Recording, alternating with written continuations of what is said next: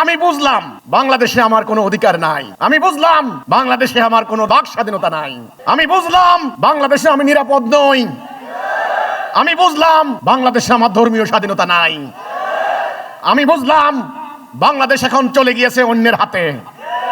আমার প্রিয় সোনার বাংলা, এখন আর আমার কোনো অধিকার এখানে নাই।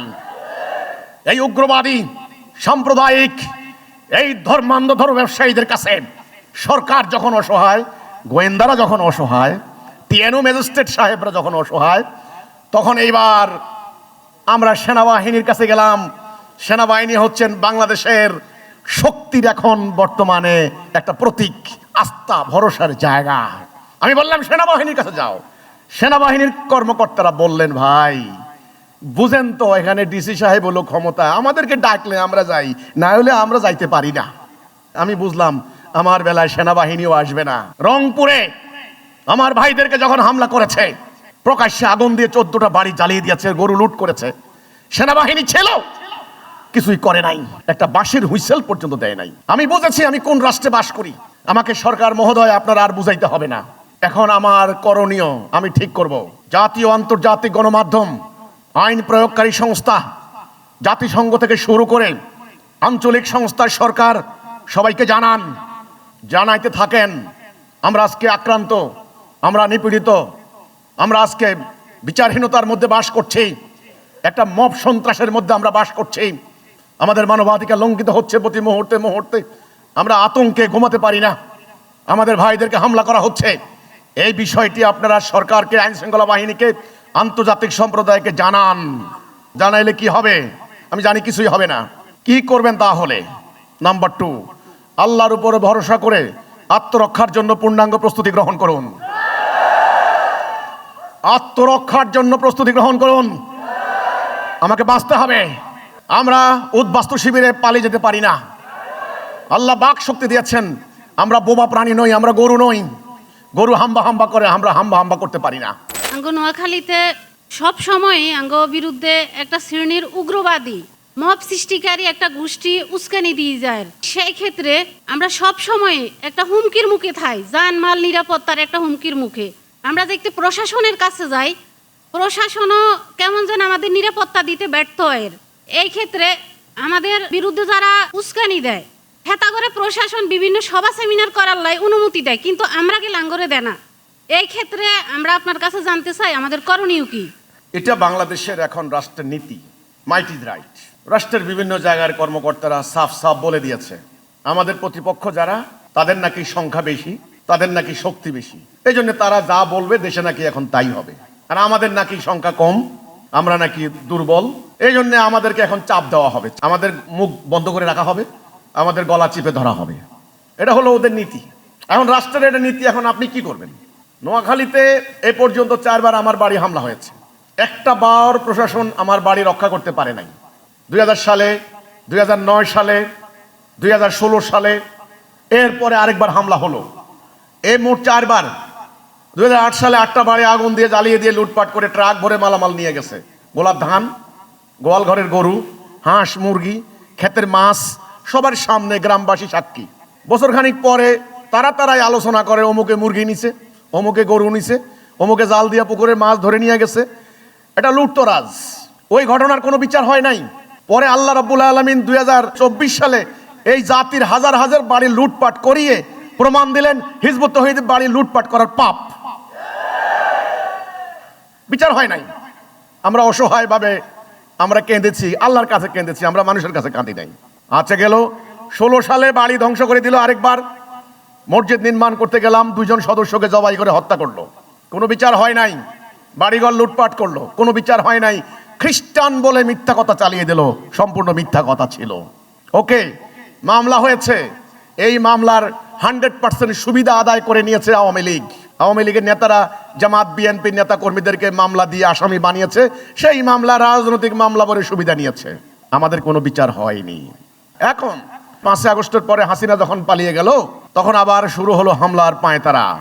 ওই চট্টগ্রাম, গাজীপুর, বিভিন্ন জায়গা থেকে কিছু কওমি মাদ্রাসার মোল্লা মুন্সি নিয়ে তারা মাহফিল নাই, কোনো মাহফিল নাই। মাহফিলের কিসের বক্তব্য? মাহফিলে বয়ান করার জ্ঞান থাকতে হবে তো ওদের, সে জ্ঞান নাই। এই হুমকি, উত্তেজনা, হামলা করতে হবে, বাড়িঘর জ্বালিয়ে দিতে হবে, উচ্ছেদ করে দিতে হবে, ইত্যাদি ইত্যাদি। আমি গত কয়েকদিন আগে চট্টগ্রাম বিভাগের কিছু লোকজন আমার সাথে দেখা করতে আসার কথা ছিল। তো আমি বললাম আমাদের স্কুলের মাঠে আমরা একত্রিত হই।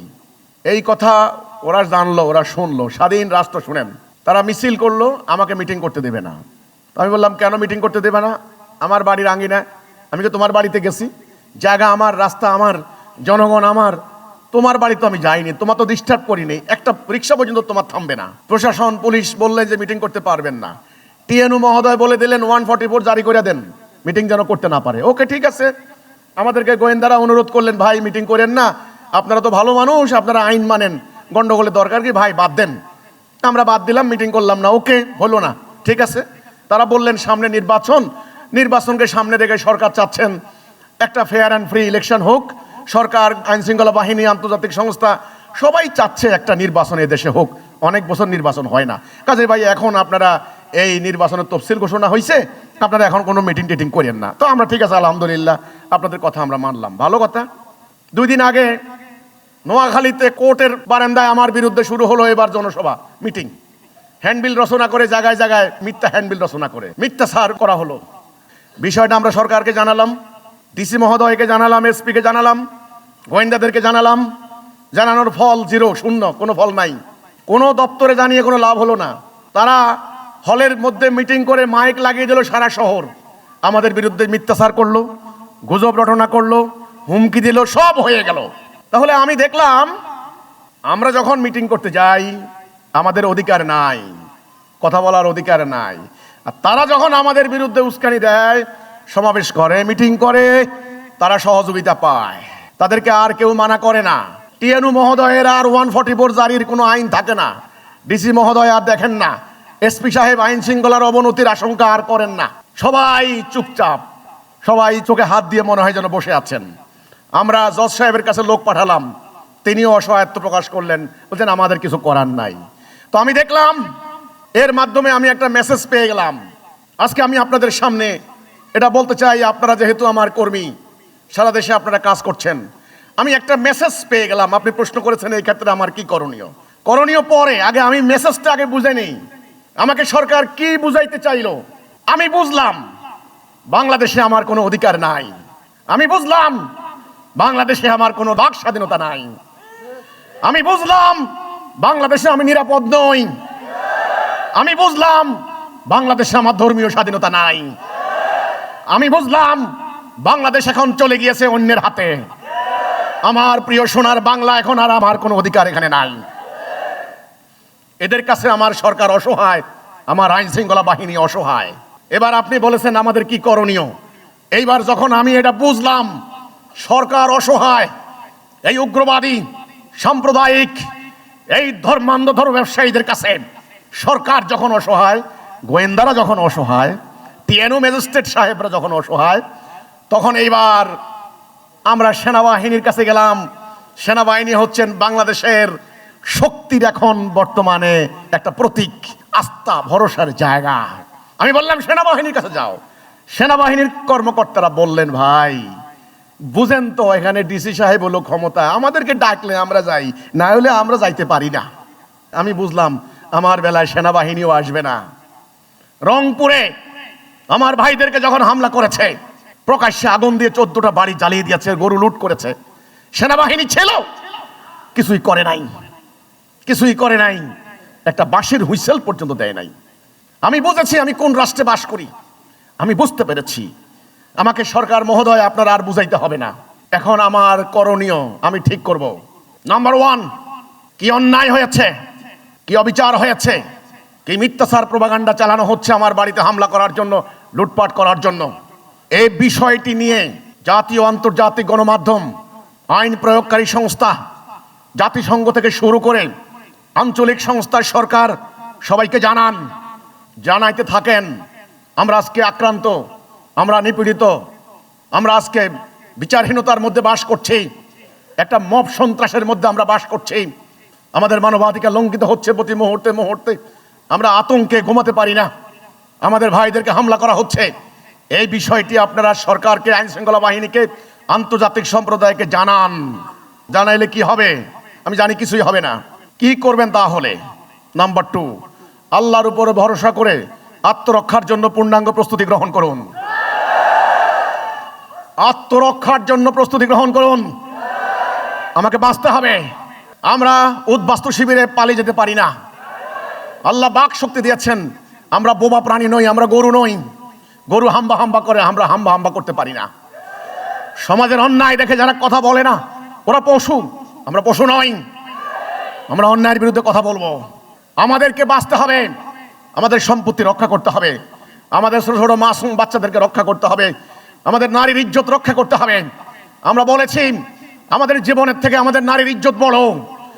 আমরা বিদেশে পালিয়ে যাওয়া শিখি নাই, আমরা জান মাল দেওয়া শিখেছি। আমরা কারো ক্ষতি করি নাই, কারো কাঁচা আইলের উপর পাও দেয় নাই। কাজে এইভাবে অন্যায় করা হবে, মিথ্যাচার করা হবে, মব সৃষ্টি করা হবে। আমাকে কথা বলতে দেওয়া হবে না, আমার শত্রুদেরকে রাস্তায় লেলিয়ে দেওয়া হবে। এই অন্যায় চলতে চলতে একদিন আমরা নিঃশেষ হয়ে যাওয়ার মতো অবস্থা হবে।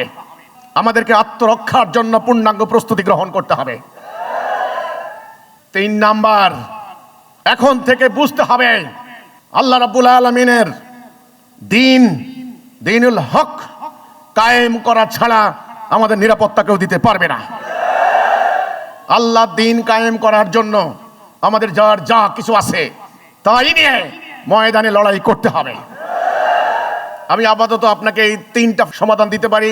1 নাম্বার, আমরা কিভাবে নিপীড়িত হচ্ছি, অধিকার হারা হচ্ছি, এই বিষয়টি জাতীয় আন্তর্জাতিক গণমাধ্যম, মানবাধিকার সংস্থা, জাতিসংঘ থেকে শুরু করে সবাইকে জানান, সরকারকে জানান, আদালতে মামলা করেন।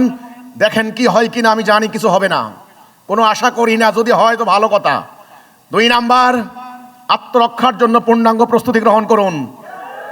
3 নাম্বার, আল্লাহর দিন প্রতিষ্ঠা ছাড়া আমাদের নিরাপত্তা কেউ দিতে পারবে না।